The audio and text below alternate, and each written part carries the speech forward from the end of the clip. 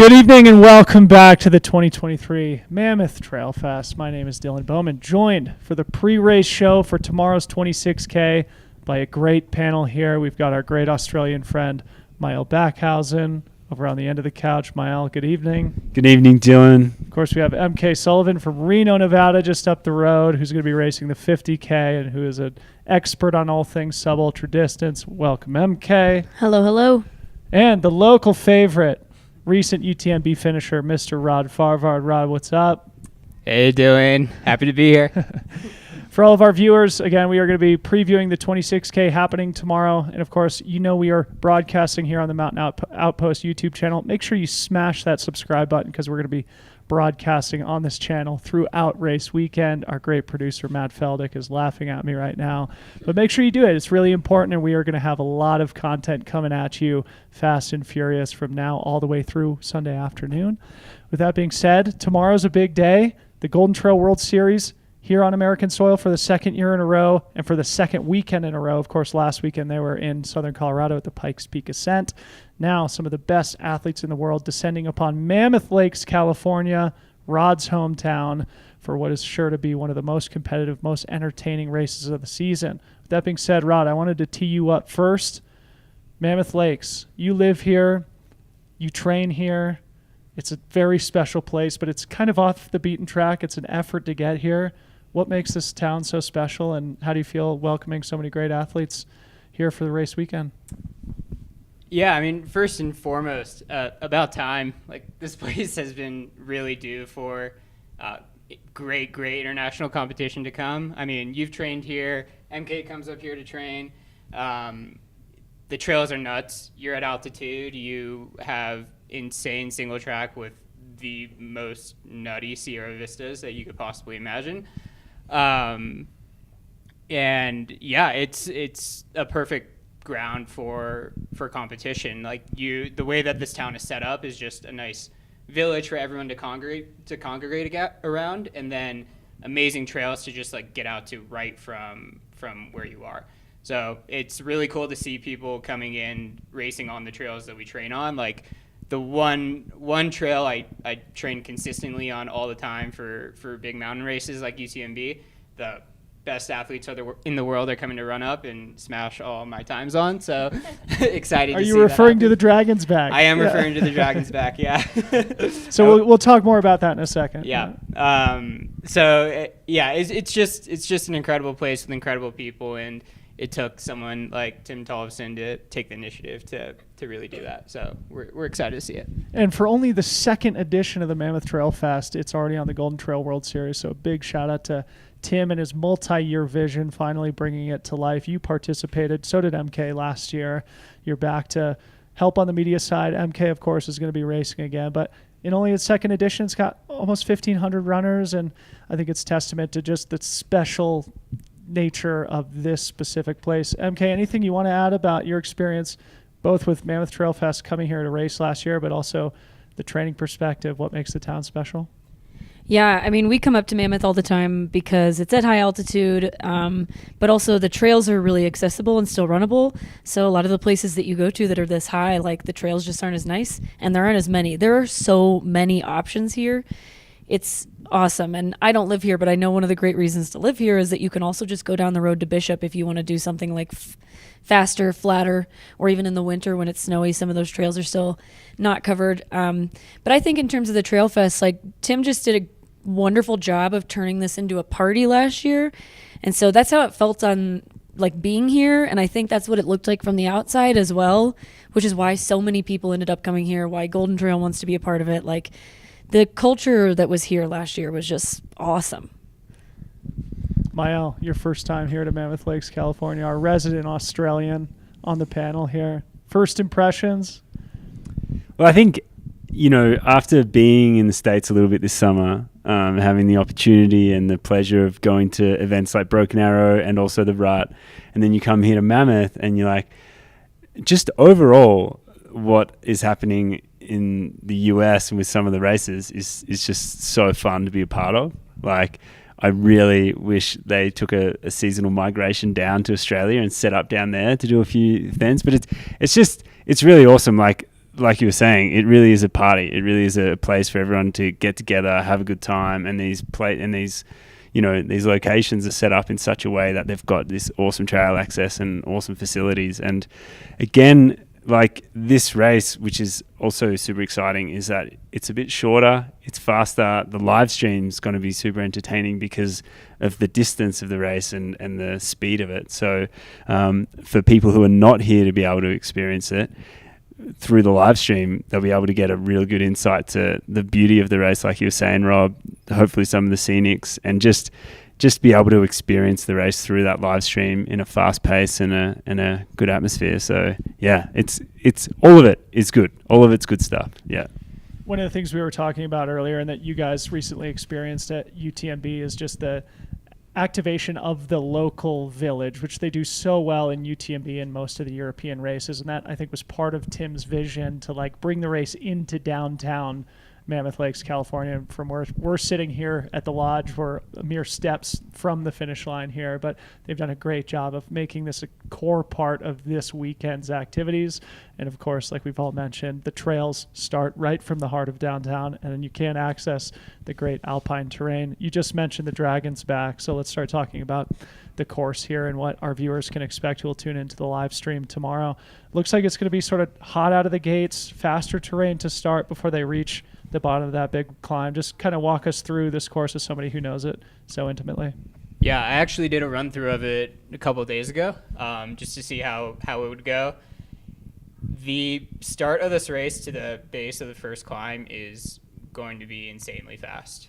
You actually start on a bike path for about 1.5 miles before dropping down a fire road basically, and then going up another bomber fire road straight to Twin Lakes, which is one of the most tourist spots in town. So they're seeing really a lot of the nice, amazing things that make Mammoth, which is really cool along the way. It's not just the mountain that they're looking at. They're looking at all the lakes and the lakes basins and all that, which is really, really notable, I'd say, if you're thinking about coming and doing this race. Heading up Dragon's Back, it is a 3-mile climb, 2.9 to the summit of Mammoth Mountain. You go from 8,600 feet to 11K. That the average grade of that climb is about 16%, but you will have pitches around like 30%. It's technical, it's rocky, it's really runnable at parts too. So it will be interesting to see how some people more familiar with that climb will take it versus people who are here for the first time coming from out of the country. Which is going to shake up the fields a little bit, which I'm sure we'll talk about a little bit more later. But yeah, it's gonna be a really interesting climb. Should take the top people about 35 to 40 minutes to get to the top of Mammoth Mountain. I just heard Tim say to Dan Kurtz in the hallway, it's going to take 36 or 37 minutes. There you go. Yeah. Tim has probably logged 200 Dragon's Backs in his time. He's on the start list for Sunday. We'll get to that later. Yeah. So it really is the iconic climb of Mammoth, and it's awesome to see people do it this year. It wasn't on the course last year, so it'll be really cool to see. And then we descend. You descend off the top of Mammoth Mountain to a little bit off the backside, where you'll get insane views of the minarets and 2 13,000-foot peaks called Ritter and Banner. Easily the most iconic skyline that you'll see in the Sierra, like one of the most at least. So again, incredible views and a lot of bang for your buck coming here. You'll wrap down, really runnable descent. You'll get a few rollers on the way, which again is going to be key cruxes coming off the descent. Like, do you have the legs to make it up those rollers? Did you push it a little bit too hard? So yeah, we'll see how that shakes out. And then you'll come down to the front side of the mountain where you'll have a lot more runnable trail. Descending back down to about 8,600 feet again, and you'll have a really nice cruiser downhill, 3.5 miles, 600 feet down. So it's almost like a flat, hardly a descent, I'd call it. Again, you're gonna want legs there, so we'll see how the racing shakes up at that point of the race. Yeah. So MK, as somebody who was here racing last year, if there's anything that you want to add and maybe talk a little bit about like the underfoot conditions especially. Yeah, I mean, Rod hit it on the nose pretty well, but we also didn't run the first part of the course. We kind of went switchbacks up the back, but I've run Dragon's Back many times this year. And yeah, I mean, for the most part, like the footing isn't technical, but it will be sandy. So it can be a little frustrating if you are pushing too hard, and if you don't have the legs in you. And I think I've said this like 3 or 4 times with the athlete interviews today, that last 3.5 miles is going to suck if you do not have the legs to actually run, because you can't just fall down it at that point. You have to run. Easily like a minute and a half per mile slower if you have legs or not. Yeah. I did not have legs there last year, and I was just like, oh, I'll make it to the finish line. But I mean, it's a beautiful course, so it's going to be awesome. Madge, having been here just for a day and a half or whatever, I know you got out up high a little bit. And one of the things that I think will be interesting to follow throughout race weekend is kind of the altitude story, right? You're a sea level person, although you were just at the rut last weekend, so maybe you're a little bit acclimatized. But, thinking about the fields, which we'll get to here in a second, obviously there's a lot of people who live and train at high altitude in the mountains, a lot of people who are at Pikes Peak last weekend, which was high altitude. But that's going to be a major component in tomorrow's race that makes, these sort of late season mountain races difficult for some athletes, or maybe advantage people who live in the mountains. Maybe tell us what you experienced out on the course last weekend, and anything you want to say about that altitude component as well. Yeah, altitude's real. Like, it's just real out here. It's unreal in terms of how much you just feel it if you're not acclimatized to it. And that's nothing rocket science. That's just standard. But yeah, I mean, I look at my watch and I'm just continually impressed at how high we are. It's just sitting at the village, sitting here right now. And I think that just, it really is something that now, where the sport is at, people have to be paying attention to that. They have to be prepping themselves, because if they don't, it's just such an advantage that people who are well prepped at altitude can have on others. And yeah, geez, I mean, you go out for a run, like me personally at the moment, and you feel it, and it's awful. Like, and another thing I just want to mention, or ask you, Rod and MK, is earlier on today we were chatting about the spread of the field, and people saying that if you get to the summit of this race, like, that is going to be a point where the race might almost be determined. And after what you guys just said about the downhill and then the flat, is that the way it's going to be? Like, do you reckon that's how does that impact the out? race dynamic from your perspectives? Yeah, I think it definitely depends on the person and how good of a descender they are, like how well they train their quads to handle something like that. Because if it's not something that you practice, like, getting to that last 3 miles is going to be miserable, because everybody's going to bomb the downhill. It's like inevitable, especially like when you know that you don't have any more uphill to go. It's just like, can you bomb the downhill and still make it the last 3 miles having to run? I don't know. What do you think, Rod? Yeah, I mean, I don't care how acclimated you are. I think anyone who is smashing a 3 mile climb at 17% is going to be wrecked. So I think while that is a key part of the race, that's not where the race is made. It can be where the race is lost, though. I think if you smash that climb and you are descending off that backside at 5-minute pace because the terrain allows you to do that, I think you're in for a really, really bad time. I think the crux of the race is the pond on the front side of the mountain around mile 12, I think. And that's a nice flat section, about a half mile flat, even like a little false flat up. You are getting passed by a lot of people there if you're smashed. And from there, it's really descent from there. So I think whoever passes you there, you're not passing them back. Yeah, I remember getting to that last year, and I had run the course like 2 weeks before, so I knew it was there. And I remember thinking, like, if I had not seen this before this race, I would be wrecked right now. Because, yeah, you like bomb down for 3 miles, kind of like Rod said. You're on a road, so you can really just open up a dirt road. And then all of a sudden you take this hard right, and it's really steep to get to that flat part. And I was just like, even in the moment, I knew it was coming, and I was like, this sucks so bad. But it's not very long. But you're right. If somebody passes you there, like, you might be done for. Yeah. So talking a little bit more about the racing dynamic and the inherent nature of the course, it is bookended with fast miles, right? Fast miles to start, fast miles to end, with the steep up and down in the middle, right? So for our audience here, it's roughly 17 miles, 26K, 3,700 feet of climbing. So it's a proper amount of vertical stuffed into 17 miles, but it does have some really fast terrain in it. So if we're thinking ahead, we'll talk about the athletes here in a second, but it does require a really diverse skill set, doesn't it? Yeah, I'd say so. I think in general, the course favors the faster runner, not necessarily the mountain runner, just because there's no bit that's technical. Mm-hmm. It's there's one maybe like half-mile stretch on the climb that's rocky and can be annoying, I guess, but yeah, you're going uphill. Yeah, you're going uphill. Yeah, the way down, if you got leg speed, you're ripping everyone apart, I'd say. Yeah. So it's gonna be exciting. Like, I have not been on the Dragon's Back. I haven't been on that, right? So I'm picturing it as like Lord of the Rings style esque. Are we expecting to see the front runners run that whole thing, or are they going to be hiking any part of it? I think somebody like Remy Bonnet runs the whole thing. Yeah.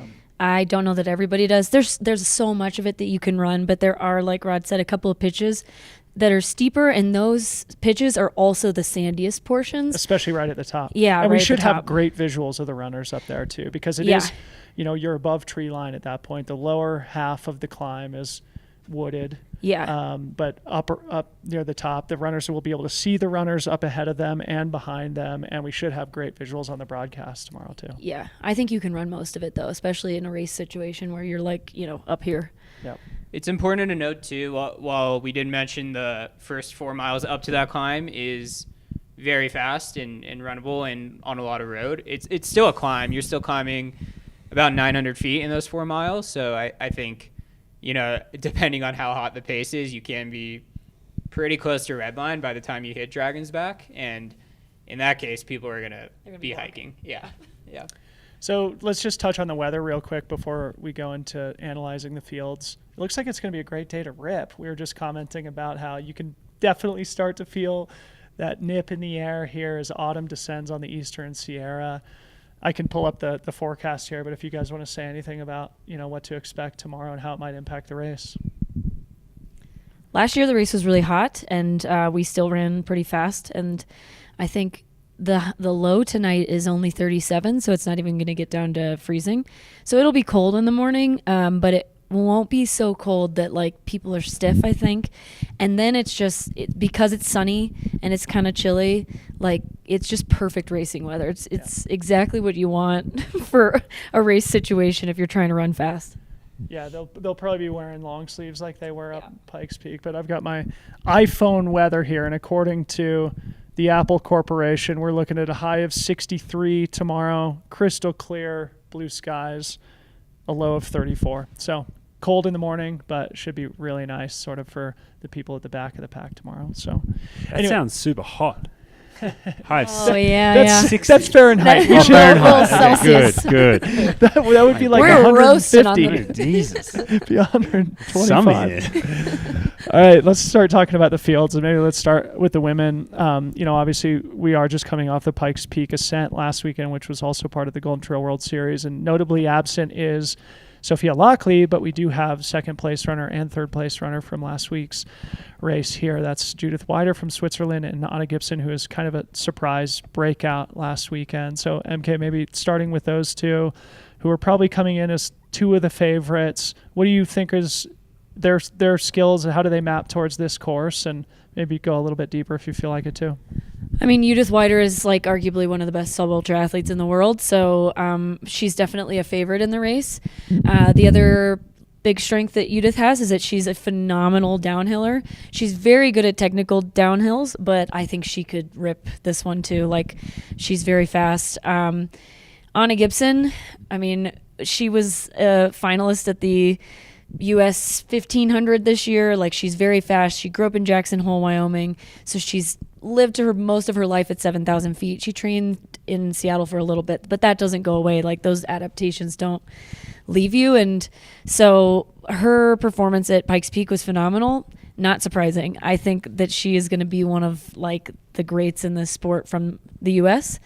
And I think that she has a huge advantage on this course. I think that Judith is a favorite, but I could see Anna or honestly even Danny Moreno pulling something out and surprising us, because they both are high altitude girlies, and they are used to this kind of terrain. They're both great downhillers, both great climbers. So yeah, I think the women's race is going to be really exciting. And Danny said she was ready to take a swing tomorrow. I know. I think she's feeling revenge for OCC, you know. Rod, maybe say a few words about your other fellow local Mammoth racer here, Danny Moreno. Oh yeah, Danny's like my sister, so yeah, we're pretty close and talk about everything. I think she's definitely hungry after that very unfortunate bug at OCC. She based her whole season off on that race, so having to pivot is really tough. But nothing motivates her more than a home crowd, I'd say, and her friends being here. So we have a lot of people coming, a lot of our friends coming to support her through it. I will say that Anna's road background this course favors that, definitely. I think the runnableness is going to be huge, and I didn't even know she lived at 7,000 feet for a while, so that's born it's and a raised. tough combo. But Danny also did run like a 2:37 marathon this year, or 2:38 at Boston, so she's definitely got the leg speed too. And yeah, that hunger, it's gonna be a fun battle, definitely. So Pikes Peak Ascent, it was last Saturday, right? So 6 days. It's only 6 days, yeah. 6 days break in between. That's still got to be in the legs a bit, right? Yeah, I mean, I ran here last year after Pikes Peak Ascent, and I wasn't running as hard as these gals and guys are going to be running. And I still remember getting up high and being like, I'm trashed. Like, throw me in the trash. I don't want to be here anymore. And so, like, I think especially for people who aren't training at altitude, like, yes, maybe you can acclimate a little bit, but that hard effort at altitude and then not going back down to sea level, but basically staying at altitude into this next race, I think is going to trash more people than they're expecting in their head. So that's really interesting. Maybe let's stay here for a second. If we're thinking about the favorites for this weekend who didn't race last weekend, right? There was like, I'm just looking at the list here, but like people who did, right? So Judith and Danny didn't. Danny didn't, so but Anna did. Anna Sarah did. raced, Malin did. raced. Yeah. Honestly, like most of the top 10 for women is back. Tabor Hemming did race. She lives at altitude though, so she'll probably be fine. And then, like, looking at the men's field, you know, like Max King didn't do Pikes Peak. Dan Chad Kurtz Hall didn't do Pikes Peak. Chad Hall didn't do Pikes Peak. So that's going to be an interesting theme that we can follow. Thanks for bringing that up, Matt. Yeah. Talk about the two Spaniards, Malinosa and Sarah Alonso, because I think they'll be newer names to a lot of the American audience, and they're obviously two of the favorites. I don't know Malin very well personally, but I raced Sarah many times last year, and Sarah is a fierce competitor. Like that woman will take herself to dark places to get to a finish line, and it impresses the hell out of me.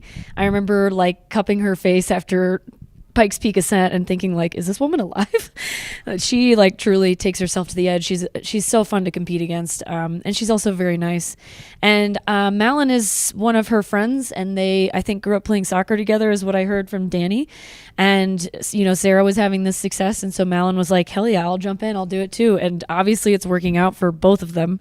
They're both amazing competitors, so I'm excited to see how they do with this double. Sarah kind of suffered last year with the Pikes Peak Mammoth or Pikes Peak Flagstaff double, but she had also run every single Golden Trail Series race that year, and I think she was just really burnt out because every race got a little bit like not worse, but just less good for her. And so, yeah, I'm hoping that maybe she's a little bit more fresh this time around. And yeah, Malin, honestly, like she's surprised me pretty much every race this year. So like I'm sure she'll do great too. And then like Sylvia Nordskar, I don't know much about. Elise Poncet, another European. We've got what's her name? Laura Hamilton, the Australian too. So any other characters you want to add? Elise Poncet is what were you going to add? Go ahead. Yeah. Go ahead. I was going to say Elise Poncet is a staple in the Golden Trail series as well as Sylvia Nordskar. Elise is a fantastic runner. She does not train at altitude, and she passed me in the last mile of Pikes Peak last year. And I was just like, you're from France. Why are you like what? But she's also one of the better downhillers in this field. She like if she's right behind you at the top of the climb, like you're probably going down.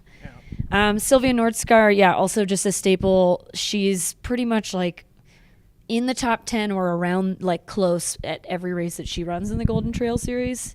And Laura Hamilton's still a newer name in this space, but she's gotten an insane background. She was a very good track athlete in college, and she's still learning and growing, but it feels to me like she gets better every race. An Aussie.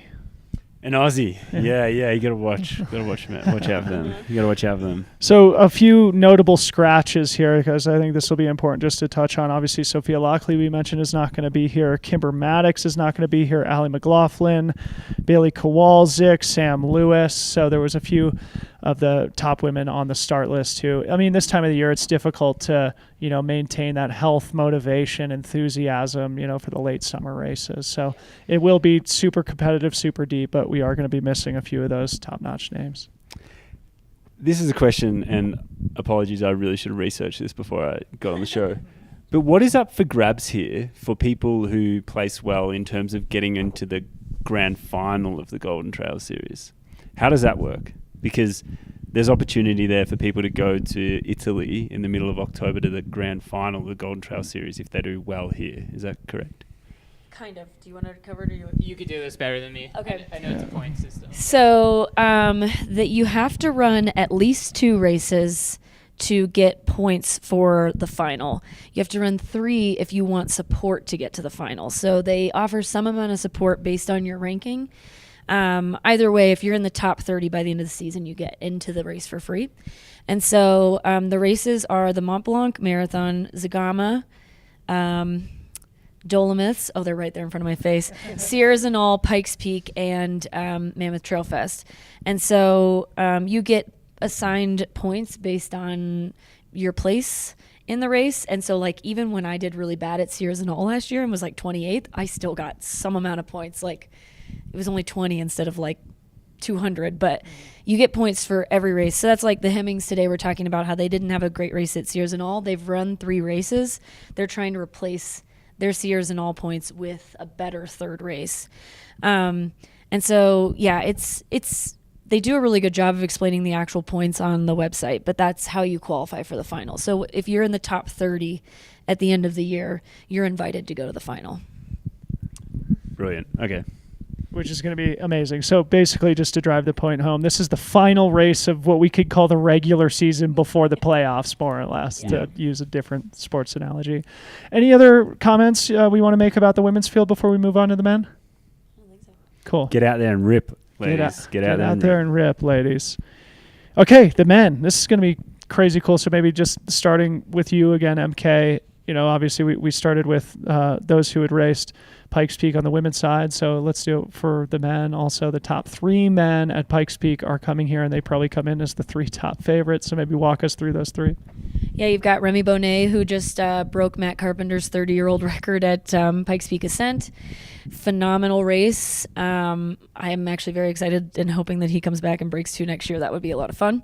Followed pretty closely by Patrick Kipnieno, who that was his first time racing Pikes Peak Ascent. Very impressive to be there on your first try, have no experience on the course and run as fast as he did and get second. And then in third place was Eli Hemming from Kremlin, Colorado.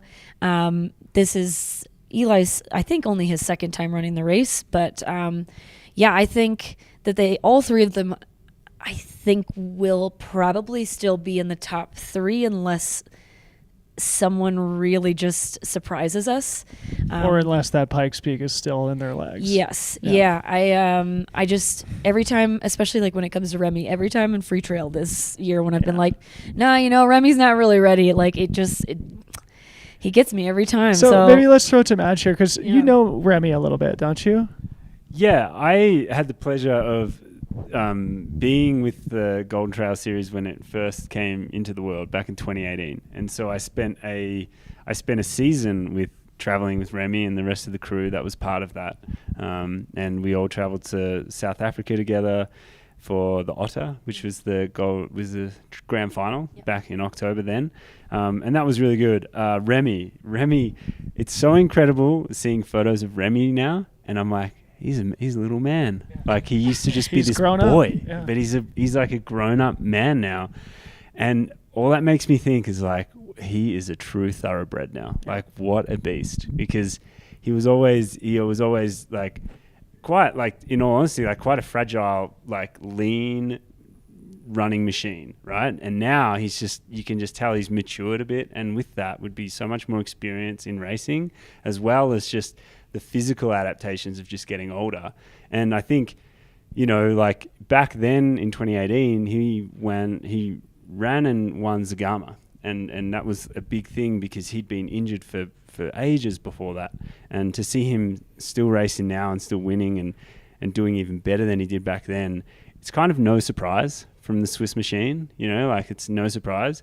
And it just makes me think that doing something like the Pikes Peak Ascent, nailing that, didn't he also do an incredible time on the incline? Yes, he did. He broke his own record. He broke his own record. Mm-hmm. Like on the incline, that must have been that same week. Yeah, which is when he broke the record the first time, it was like the same week as Pikes Peak Ascent last year. Yeah, so double. That's pretty incredible. Tradition. So if he comes here and has a amazing race, kind of no surprise, but also like amazing effort. And I think he's probably smart enough to not be partying between Pikes Peak and this race here. Like, he was never really a partier back then. I still don't think he's partying hard now. So Yeah, I don't think I saw him in any of the Instagram videos. As a Golden Trail insider, what's the scoop on that? of the On the party. Yeah. Yeah. Are they partying in between these races when they're on their week tours? Yeah, I mean, if you want to go check out Zagama, there's a lot of cider that goes down at Zagama. That's a party. There's a healthy dose of competition, a healthy dose of enjoying yourself. I think it flows differently for different people, but I think the people that have to work really hard during the race, not necessarily athletes, I think they let go a little bit. Oh yeah. Yeah. There's a few stories I can share with you afterwards. Absolutely. Thanks for adding that color on Remy. I think it's just important for the audience to maybe understand what a thoroughbred he is. I love that you use that word. And for those who are lesser familiar with him, he's also a ski mountaineering world champion, so the ultimate professional athlete. And he really has grown and matured into a world dominator. I mean, last year he won the Golden Trail World Series comfortably. Like, he was clearly I think he had the best. won by day 3, Yeah. and they were like, literally nobody can beat him. You don't have to run anymore. And he was like, no, I'm going to keep running. Yeah. What So would he- you guys say his weaknesses? See, because he was always known as the VK guy, the uphill guy. And like you said, Absolutely. he was injury prone. He was a little bit fragile, and he really has like grown into himself as he's gained more experience and just gotten older and become probably more resilient, knock on wood. I But think he's now an all-arounder. He's not just an uphill guy, even though he is the best uphiller in the world. I think that his weakness still would probably technically be like more runnable, flat-ish trails, but he's improved on them so much that it's almost not even a weakness anymore for him. That's kind of the interesting thing with here then, right? Yeah. Because I think this is the downhiller's course and the guy with leg speed rather than the uphiller. It'll be interesting to see, because so Remy and Patrick were separated by only like a minute or a minute and a half with 1 mile to go at Pikes Peak, and then Remy won by 3 minutes and 45 seconds, something like that. So he put like 2 minutes in the final mile. I bet Remy views the Dragon's Back as the place where he needs to gain critical separation. Yeah, So I if bet- he's not in front at the top of the Dragon's Back, he's probably in trouble. He's probably not having a great day. Yeah, I would agree. I bet he either goes out a little. He won't go out behind Patrick. What am I saying? He's going to go out with Patrick, probably sit on him, and then probably make his move on the Dragon's Back. And Patrick's an amazing climber too. I mean, he's the world champion in the VK this year and in 2021, I believe. But yeah, I mean, it'll be interesting to see because Patrick has raced a lot this year. Yeah. He's done a lot of the Valsier races, so Remy hasn't raced nearly as much. Did you have some? I was just going to say, I mean, his weakness is probably just not getting involved in the parties. Like, as long as he stays away from the parties, Imagine how fast he would he'll be. be pro. He'll be so fine. He'll nail it. All right. You know? So I want to have us like tick through some of the European talent that's here, and then we'll tick through some of the American talent, and then we'll sort of wind down. So just looking at the list, MK, this is probably best to tee up to you first. We've got the likes of like Daniel Ozons, we've got Francesco Pupi, we've got Roberto De Lorenzi, Anthony Felber. Probably missing one or two other Europeans who have come all the way over to the U.S. to race both Pikes Peak and Mammoth Trail Fest. Yeah. Tell us about those athletes. Danny Osans, I think, was second or third at Pikes Peak Ascent last year. He didn't have quite as good of a performance this year, but he was still in the top 10. And he's just a solid athlete. He's consistent. Second name was... We had Francesco Pupi. Oh, Francesco. Yep. I really hope that Francesco has a better race here than he did at Pikes Peak Ascent. I know he was kind of devastated by his performance there, but that's just the ebb and flow of a season, and he really put a lot of eggs into OCC, and it worked out. So if he doesn't have the day at Mammoth Trail Fest, I'm sure he'll still be fine, but I know that like it's something that he definitely wants. Then we had... Roberto De Lorenzi. Roberto. He also had a great race Roberto had a great race last week, but he was also, I think, 4th or 5th at Sears and All this year. So he's having another phenomenal Swiss season. runner, I think. He's either... I thought he was Italian, but I think he's Swiss. But he was somebody that kind of, I didn't know prior to Sears and All. And he is obviously crushing it, and I'm sure he will have a great day here as well. Anthony Felber has been pretty consistent this year, but hasn't quite cracked into the top 10, I think, as many times as he wanted to or as he did last year on the Golden Trail World Series. But he's also very young still. I think he's like 24. So I have a fun little story about Anthony. Yeah. He was here a year ago. I think after the Flagstaff race, he wanted to see California a little bit. Went on a run with him.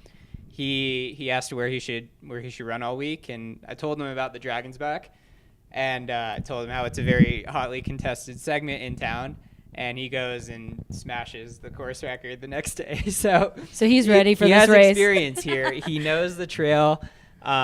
He's probably spent a week in Mammoth, so probably spent more time than any of the international competition here. So I'm excited to see what that guy does. Awesome. Definitely. So then, of course, we've got a lot of American depth, too, behind Eli Hemming, who comes in as the leading American in the Golden Trail World Series. Like I mentioned, Dan Kurtz was in the hallway a second ago. Garrett Corcoran joined him on the couch. We've got, like, Darren Thomas from Reno here racing, coming back from injury. And I think the world of that kid. I think he's got all the talent to be one of the best in the world. He's also struggled with sort of repetitive injury over time. But maybe getting started with those three, if there's any comments from the audience here about some of the American depth. I want to say that Garrett's due for a good race.